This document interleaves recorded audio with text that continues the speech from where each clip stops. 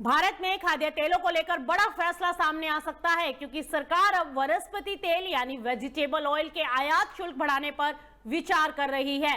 मिली जानकारी के अनुसार घरेलू वेजिटेबल ऑयल इंडस्ट्री ने सरकार से आयात शुल्क बढ़ाने की मांग की है, ताकि देश के किसानों को उनकी तिलहन फसलों का बेहतर दाम मिल सके। हालांकि अभी अंतिम फैसला नहीं हुआ है, लेकिन सरकार के स्तर पर हुए इस प्रस्ताव पर चर्चा जारी है।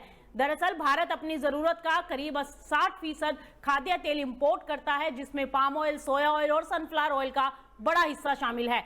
ऐसे में अंतर्राष्ट्रीय कीमतों में तेजी का सीधा असर भारतीय बाजारों पर पड़ता दिखाई देता है। सरकार की कोशिश है कि आयात पर निर्भरता कम की जाए और घरेलू तिलहन उत्पादन को बढ़ावा मिले।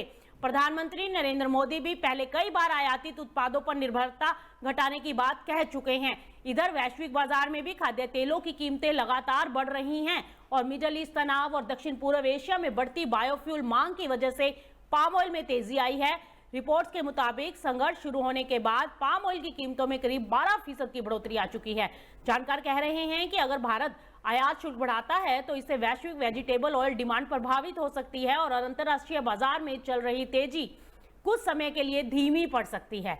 वहीं घरेलू स्तर पर इसका असर खाद्य तेल कीमतों पर दिखाई दे सकता है, क्योंकि आयात महंगा होने से रिटेल मार्केट में तेल के दाम बढ़ने की आशंका बनी रहेगी। लेकिन दूसरी तरफ सरकार ये भी मान रही है कि इससे सरसों, सोयाबीन और अन्य तिलहन किसानों को बेहतर भाव मिल सकता है और देश की आयात निर्भरता घटाने में इससे मदद मिल सकती है। यानी आने वाले दिनों में खाद्य तेल बाजार में सरकार का ये फैसला किसानों, उपभोक्ताओं और वैश्विक बाजार तीनों के लिए बेहद अहम साबित हो सकता है।